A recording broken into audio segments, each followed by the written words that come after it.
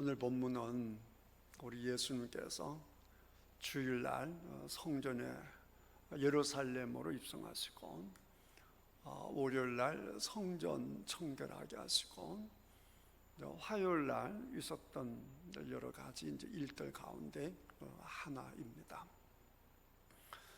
특별히 예수님께서 성전을 청결하게 하신 것은 성전의 지도자들에게는 너무나 화가 나는 일이죠. 더군다나 숱한 사람들 앞에 어떻게 보면 모욕을 당한 것이니까 어떻게 하면 예수를 죽일까, 어떻게 하면 저놈을 혼낼까, 이런 생각이 가득한 거 아니겠습니까? 무리들 앞에서 우리가 부끄러움을 당했으니까, 수치를 당했으니까 어쨌든 예수님도 그렇게 만들어야겠다, 이런 생각들이 있는 것인데, 자, 오늘은 사두개인이 등장합니다. 사두개인이 등장하는데, 여러분들이 이제 사두개파라는 말이 들었어도 사두개파가 어떤 사람들인지 이제 역사적으로 제대로 이해하신 분들이 그렇게 많지가 않아요. 이제 다윗 시대에 여러분 아시는 것처럼 압살롬이 다윗에게 쿠데타를 일으켰죠. 온 백성들의 마음이 다윗 쪽으로 기울였습니다. 그때에 거의 모든 사람들이 다 압살롬 쪽으로 갔는데, 사독이라고 하는 사람은 다윗 곁에서 다윗의 그 어려운 시기에 함께 합니다. 그리고 이제 솔로몬이 왕이 되었을 때에 솔로몬이 사독을 대제사장으로 임명을 합니다. 그리고 여러분 아시는 것처럼 솔로몬이 성전을 짓지 않습니까? 그렇게 해서 당연히 대제사장인 사독이 성전 책임자로 있게 되는 것이죠. 그 이후로 사독의 이제 자손들이 성전을 책임지는 자리에 쭉 있게 되는 것이지요. 그 사독으로부터 사두개파라고 하는 이름이 주어졌다, 이렇게 생각하시면 되겠습니다. 그러니까 예수님 당시에 사두개파들은 성전 중심의 지도력을 발휘하고 있는 사람들이다, 이렇게 보시면 되겠죠. 그리고 이들의 특징은, 이들은 이제 구약 성경에 3927 이렇게 해서 우리가 구약 성경 39권을 성경이라 보지 않습니까? 사두개파는 성경은 오직 토라만이 성경이다, 다시 말하면 모세 오경만이 성경이다, 이렇게 믿습니다, 사두개파들은. 그리고 바리새파들은 여러분이 아시는 것처럼 다른 이제 책들도 믿고 또 전통 이런 것도 믿는 것이죠.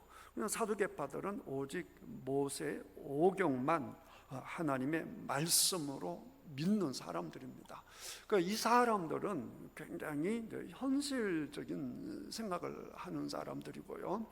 또 예수님 당시에 성전의 책임을 지고 있었기 때문에 자연스레 로마 제국하고 관계가 친화적일 수밖에 없죠. 자, 그러다 보니까 정치적으로 어떻게 보면 세속적인 그런 사람들이다, 이렇게 볼 수 있고요.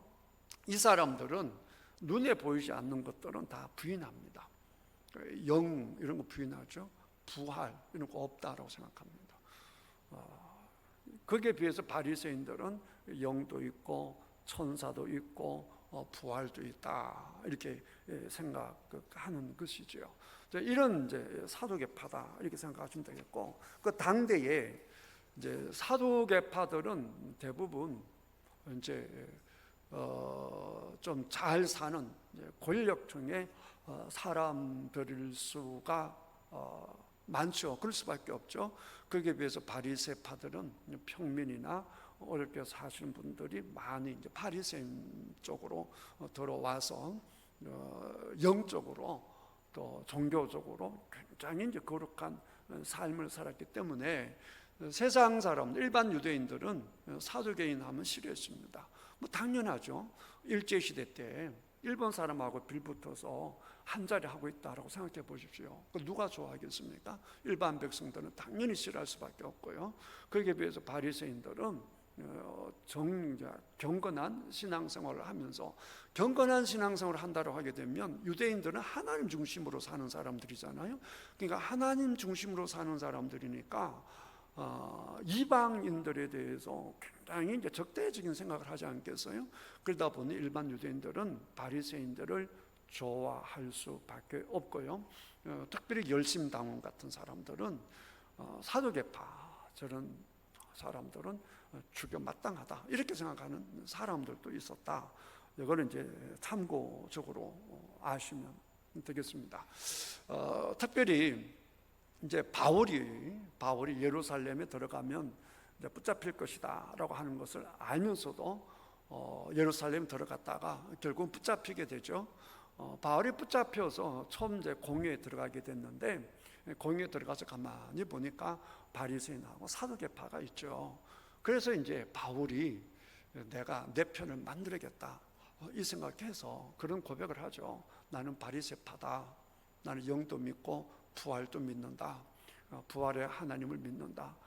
부활의 하나님을 위해서 내가 이렇게 써 있다. 이렇게 얘기를 한단 말이에요. 그러니까 그때 그 공의회에서 바리새인들은 바울이 말이 맞거든요. 그러니까 이제 많은 이제 바리새인들이 바울 편에 드는 거예요. 사두개파들은 저런 엉터리라고 이렇게 얘기를 해서 바리새인과 사두개인들이 서로 다투는 이제 그런 장면도 있었다라고 하는 것은 사도행전을 통해서 알 수가 있는 겁니다. 그냥 사도개인들은 천사도 믿지 않고 영도 믿지 않고 부활도 믿지 않는 사람들이었다라고 하는 것입니다. 그러니까 오늘 27절에 보니까 부활이 없다고 주장하는 사두개인 중 어떤 이들이 와서 물어 이르되, 이 사람들은 이제 부활이 없다 이렇게 생각하는 사람들이니까 부활이 없는 것을 이제 증명해내야 되지 않겠어요? 그래서 예수님께 질문합니다. 모세가, 이 사람들은 모세 오경만 믿는다라고 했죠. 그러니까 모세가 굉장히 권위 있는 거 아니겠습니까? 모세가 우리에게 써주기를, 만일 어떤 사람의 형이 아내를 두고 자식이 없이 죽으면 그 동생이 그 아내를 취하여 형을 위하여 상속자를 세울지니라 하였나이다. 이렇게 한 의도는 그 집안의 혈통이 이어지게 하는 것이죠. 하나님께서 보면 이스라엘 백성들에게 혈통이 이어지게 할 뿐만 아니라 그 혈통이 살아갈 수 있도록 그 토지를 다른 사람들이 차지하지 못하도록 했죠. 그래서 이제 너무 어려워서 토지를 팔게 되면 안식년이 되면 다 돌려주라고 했습니다. 그 말은 모든 하나님의 백성은 먹고 사는데 문제가 없어야 되며 모든 하나님의 백성들의 혈소는 이어져야 된다라고 하는 것이 기본 개념인데요. 이게 모세 오경으로 신명기에 나오는데, 신명기 나오기 이전에 이미 창세기에 보게 되면 이 이야기가 나옵니다. 근데 굉장히 슬픈 이야기로 등장을 하죠. 형을 위해서 동생이 형수와 함께 관계하는 이야기가 창세기에 나오는데, 이제 유다, 그러니까 요셉이 형들에게 미움을 받아서 너무너무 이제 미움을 받죠. 그러니까 모든 형들이 저 요셉을 죽이고 싶도록 미우는 거예요. 그래서 이제 양을 치다가 멀리서 요셉이 왔을 때 우리 저놈 죽여버리자 이렇게 의논이 되는 것이죠. 이제 처음에는 죽여버리자라고 했는데, 그래서 마청이 났죠. 마청이 르우벤이 어떻게 우리가 죽이냐, 웅덩이에 넣자 이 얘기를 합니다. 그런데 그 얘기를 듣고 유다가 어떻게 동생을 우물 속에 가둬두면, 구덩이 가둬두면 결국은 죽게 되는데 어떻게 죽이냐, 살려야지. 그래서 마침 그 장사꾼 미디안 사람들 상인들이 왔을 때 유다가 그러죠. 우리 동생을 죽일 수는 없지 않냐. 어떻게 저 구덩이 속에 굶어 죽게 만드냐. 사람의 도리가 아니다. 차라리 팔자. 그 유다의 의도는 동생을 살리려고 한 거였어요. 그리고는 이제 동생을 팔아놓고 집에 오니까 아버지가 대성통곡을 하지 않습니까? 얼마나 사랑하는 아들인데요. 대성통곡을 합니다. 그러니까 형들이 죽이자, 동생들 죽이자 그렇게 해놓고 전부 다 누구를 보겠습니까? 유다를 보는 거예요. 네가 팔자 그랬잖아. 자기들은 죽이자 해놓고 그것을 망각해버리고 팔자라고 한 유다만 쳐다보는 거잖아요. 사람이 그런 거예요. 지가 앞서가서 죽이자 했던 사람이 살려놓은 유다에게 뒤집혀 세워서 너 때문에 아버지가 저 모양이다고 이렇게 한단 말이에요. 얼마나 형제가 보기 싫었으면 유다가 그 형제들 뛰쳐나가 버리죠. 집 나가 버립니다. 그래서 가나안 땅에 들어가요. 가나안 땅에 들어가서 수아라는 사람의 딸하고 가나안 여인하고 결혼을 하죠. 그렇게 해서 이제 엘하난 게난을 낳습니다. 그리고는 세월이 지나서 큰 아들이 장성했을 때 아들을 위해서 며느리를 유다가 직접 데리고 와요. 근데 큰 아들이 여호와 앞에 악함으로 여호와께서 큰 아들 죽여버립니다. 참 유다 인생이 다 너무 비극적이에요. 그 아버지가 이제 큰 아들이 아들을 죽어버렸잖아요. 그러니까 둘째에게 네가 가서 형을 위해서 형의 혈통을 이어야지 이렇게 했단 말이에요. 그 둘째가 형수하고 이제 관계하면서 내가 왜 형의 자손을 내가 낳아야 돼? 이렇게 하면 엉뚱한 짓 하는 거예요. 이게 안 낳겠다고 하는 거예요. 그러니까 하나님께서 또 여호와께서 그것을 악하게 여겨서 둘째를 죽여버립니다. 그러니까 이제 이 비극적인 유다가 이제 셋째까지 이렇게 됐다라는 생각이 드니까 막내가 아직 어리니까 며느리 보고 집에 가 있어라, 친정 가 있어라, 애가 커면 너 부를게 이렇게 하는데 며느리가 아무리 기다려도 막내가 분명히 자랐는데도 불구하고 자기에 보내지 않으니까 아버지께 생각이 없으신가 보다 이렇게 해서 창녀를 꾸면서 시아버지하고 관계를 맺죠. 그렇게 해서 베레스와 세라를 낳습니다. 그 베레스의 자손이 다윗의 자손이 되는 거예요. 그런 인생까지 사용하시는 하나님인 것을 볼 수 있고요. 유다에게 있어서 이 사건만 없으면 유다는 거의 성자에 가깝습니다. 거의 완벽합니다. 그런데 유다에게 이런 큰 실수가 기록되어 있어, 큰 아픔이 기록되어 있습니다. 그런데 그것까지 사용하셔서 거룩한 족보를 이루시는 하나님이시죠. 그러니까 유대인들에게 있어서 하나님의 자손들이 혈통을 이어가는 것이 이렇게 중요하다라고 해서 신명기 말씀에 아예 법적으로 딱 기록을 해서 형이 자식 없이 죽게 되면 반드시 동생이 형의 자손을 잇도록 했습니다. 그런데 만약에 동생이 싫다라고 얘기하게 되면 그 며느리가 성중의 장로들에게 가서 다 고발하는 겁니다. 이 사람이 형의 자손을 이으려고 하지 않습니다. 그러면 이제 성중에 있는 장로들이, 성문에 있는 장로들이 얘기를 하겠죠. 자네 그러면 안 되지. 하나님의 말씀이잖아. 하나님이 원하시잖아.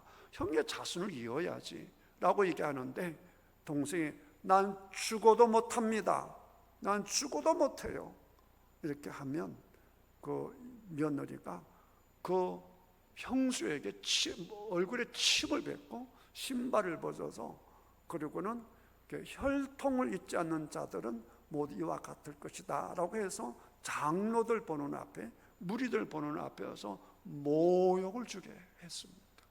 그렇게 한 다음에 신발 벗은 자의 집안이라고, 자손이라고, 신발 벗은 자라고 그렇게 그 사람을 칭하게 돼 있어서, 그냥 절대로 형의 자손을 잇도록 한 거예요. 그걸 딱 꺼내온 겁니다. 지금 사도계인이 그 이제 딱 꺼내 와가지고, 예수님 분명히 모세를 통해서 첫째가 죽고 둘째가 형수와 셋째가 형수와 쭉 해서, 그렇게 해서 모두가 그와 같이, 일곱이 다 그와 같이 부부로 살았다라고 했을 때, 그러면 부활하고 나면 도대체 그 여자는 누구의 부인이 됩니까? 이렇게 질문한 것이죠. 말 좀 해보세요. 이게 말이 됩니까? 이렇게 얘기한 거예요. 그러니까 사도계인들은 부활이 없다라고 생각하니까 논리적으로 가만히 생각해 보니까 말도 안 되는 거거든요. 그때 예수님께 대답하시기를, 누가복음은 기록이 없어요. 마태, 마가에 보게 되면 이렇게 말씀하셨습니다. 네가 성경도 모르고 하나님의 능력도 몰라서 오해하는구나. 네가 성경도 모르고 하나님의 능력도 몰라서 그런 질문을 하는구나, 이렇게 말씀하시는 거예요. 그게 무슨 얘기예요? 우리 하나님은 무에서 유를 창조하신 분이시고, 이 땅에 있는 모든 것을 창조하신 분이신데, 네가 꼴랑 그 육신을 가지고 그 육신의 세계에서 벗어나면 이해하지 못하는 것을 가지고 와서 그런 질문을 하느냐, 이렇게 대답하시면서 네가 몰라서 그래. 그러고는 하시는 말씀이, 그거는 뭐 마태, 마가, 누가 다 똑같은 이제 얘기니까 뭐라고 얘기하느냐. 자, 34절. 이 세상의 자녀들은 장가도 가고 시집도 가되 저 세상과 및 죽은 자 가운데서 부활함을 얻기에 합당히 여김을 받은 자들은 장가가고 시집가는 일이 없으며. 그렇게 해서 여기서 여러분 오해하시면 안 돼요. 죽은 자 가운데 부활함을 얻기에 합당히 여김을 받은 자라고 해서, 그럼 어떤 사람 부활하지 않느냐 이렇게 생각하면 안 돼요. 다 부활하는데, 여기서 부활을 합당히 여김을 받는다라고 하는 자들은 하나님 앞에서 사는 자를 얘기하는 거예요. 다시 말하면 하나님의 백성으로 영생을 누리는 사람을 얘기하는 거예요. 모든 사람은 다 죽었다가 부활하는데 두 종류의 부활이 있는 거예요. 예수님을 믿는 사람들은 사는 부활, 예수 믿지 않는 사람은 살지만 지옥 가는, 형벌을 받는 부활을 얘기하는 거예요. 그걸 얘기하는 겁니다. 그 세상은 장가도 시집도 가는 게 아니다. 다시 말하면 완전히 차원이 다르다, 그 말이에요. 그래서 36절에 그들은 다시 죽을 수도 없나니 이는 천사와 동등하며, 그러니까 그 죽음도 없기 때문에 다시 태어날 것도 없는 거예요. 살아있는 사람이 쭉 영생에서 사는 거니까 아기를 낳을 필요가 없는 것이죠. 그러니까 장가가고 시집가고 이 자체가 없는 것이고, 그리고 고린도전 15장에서 얘기했다시피 저 부활의 세상은 이 세상하고 완전히 다르다, 이렇게 생각하시면 됩니다. 여러분, 씨앗을 보면 이게 뭐 이제 어른들은 알죠. 이 씨앗이 해바라기 씨앗이다, 혹은 벼 씨앗이다, 소나무 씨앗이다 알지만, 그걸 전혀 모르는 사람이 그 씨앗을 보면 이 씨앗이 얼마나 큰 나무가 되는 건지, 얼마나 많은 수박을 맺는 건지 모른단 말이에요. 그걸 봐서 어떻게 알겠냔 말이에요. 이 세상 안에서도 그 씨앗이 상상할 수 없는 모양으로 다양한 열매를 맺고 다양한 모습을 만들듯이, 이 세상과 완전히 다른 저 영원한 영생의 세상은 이 세상의 차원하고는 완전히 다른 차원의 세계다는 거예요. 다른 차원의 세계이기 때문에 이 세상의 것을 가지고 와서 그 세상의 것 자꾸 설명하려고 하면 안 된다 이거예요. 저 세상은 완전히 고차원적이고 경건하고 거룩하고 영광스럽고 다시는 썩지 아니하는 정말 아름다운 세상이다라고 하는 것입니다. 그러면서 37절에 죽은 자가 살아난다는 것은 모세도 가시나무 뜰기에 관한 글에서 주를 아브라함의 하나님이요 이삭의 하나님이요 야곱의 하나님이라 칭하였나니 하나님은 죽은 자의 하나님이 아니요 살아있는 자의 하나님이라. 하나님에게는 모든 사람이 살아있느니라. 다른 사람은 말할 것도 없고 여러분들은요 지금 살아있는 줄 믿습니다. 누구 앞에 살아있어요? 하나님 앞에 살아있는 것이죠. 자, 생각해 보십시오. 자, 조금만 생각해 보십시오. 자, 여러분이 다 죽었습니다. 눈을 감았습니다. 뭐 천년 후에 뭐 예수님이 다시 오심으로 우리가 다시 부활하든지 아니면 죽자마자 주님 앞에 가든지, 죽은 자는 눈 감았다가 뜨는 거예요. 그게 천년이 되든 만년이 되든 바로 뭐 1초 후가 돼 똑같은 거예요. 그러니까 육신적으로 살아있는 사람에게는 그게 10년이 되고 내일이 되고 뭐 만년이 되겠지만 죽은 자는 모르잖아요. 모른단 말이에요. 그러니까 우리들에게 있어서, 예수 믿는 사람들에게 있어서 하나님은 늘 살아있는 분이에요. 이 세상에서는 지금도 하나님께서 살아계셔서 우리와 함께 하신 줄 믿습니다. 그 다음 우리가 죽어서 의식이 없는 순간은 우리가 모르잖아요. 그렇잖아요. 그런데 이제 죽어서 바로 주님 앞에 간다든지, 안 그러면 성경대로 죽었다가 예수님 오실 때 우리 부활한다고 해도, 그럼 눈을 뜨자마자 누구 앞에 서는 거예요? 하나님 앞에 서는 거잖아요. 그러니까 우리들은 항상 살아서 하나님 앞에 있는 자다 이 말이에요. 할렐루야. 그러니까 하나님이 얼마나 소중하냐 이거예요. 그러니까 우리들은 하나님이 전부단 말이에요. 지금부터 영원토록 우리는 하나님 앞에 있는 줄 믿습니다. 그런데 그 하나님께서 우리를 어떻게 하십니까? 사랑하시잖아요. 우리와 함께 하시잖아요.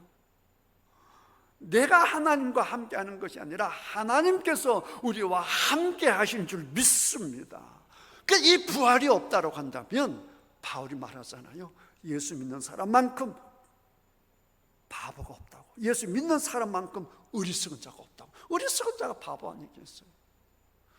그러니까 부활의 신앙이라는 것은 우리 그리스도인에게서 전부예요.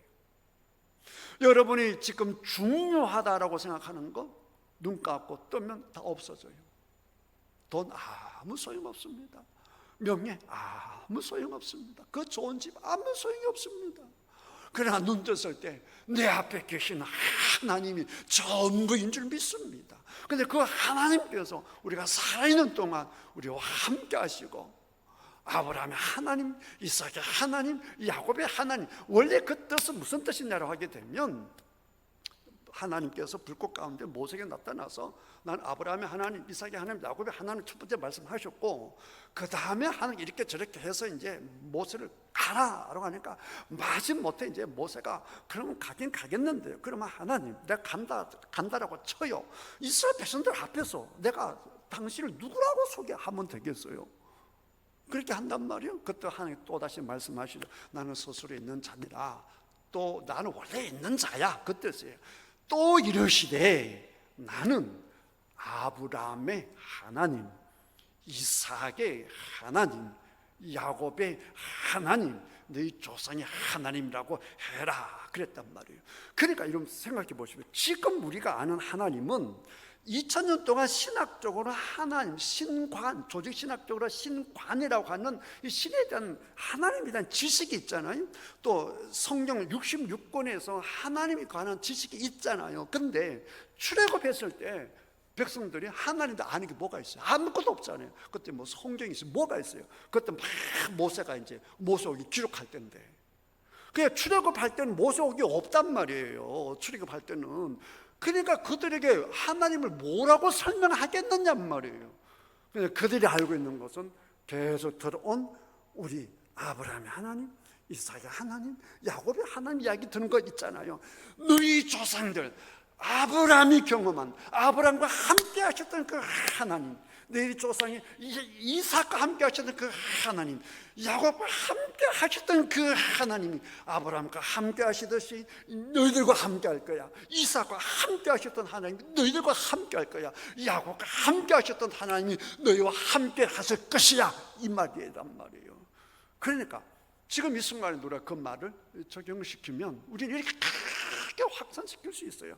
아브라함의 하나님일 뿐만 아니라 한경지 목사님의 하나님, 그렇잖아요.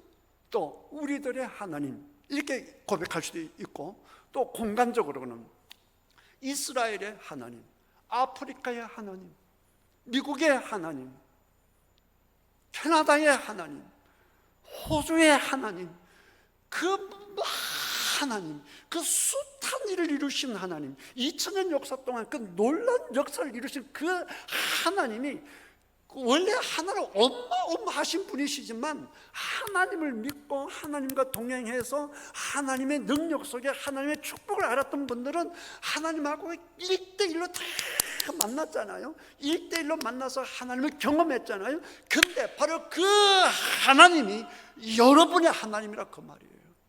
할렐루야. 그러니까 하나님을 믿어서 하나님의 능력을 경험했고, 하나님을 믿어서 천국 소망을 누렸고, 그 다음에 죽으면서도 막 춤추면서, 죽으면서 춤추면서 천국으로 가게 했던 바로 그 하나님이 바로 여러분들의 하나님이다, 이 말이에요. 할렐루야. 그게 부활의 신앙이 얼마나 우리들에게 이 감사하고 복음인 줄 모른다, 이 말이에요. 그런데 오늘 본문 보십시오. 사도계인이 좋은 의도로 질문한 게 아니잖아요. 근데 예수님은 그 나쁜 의도로 질문을 했지만 이 나쁜 의도를 가지고 이 부활의 진리에 대하여, 부활의 확신에 대하여 말씀을 주셨으니 이 또한 얼마나 놀라운 예수님의 지혜요, 예수님의 은혜라 할 수 있느냐 말이에요. 근데 여기만 그런 게 아니죠. 저와 여러분도 마찬가지, 아까 유다 얘기도 마찬가지죠.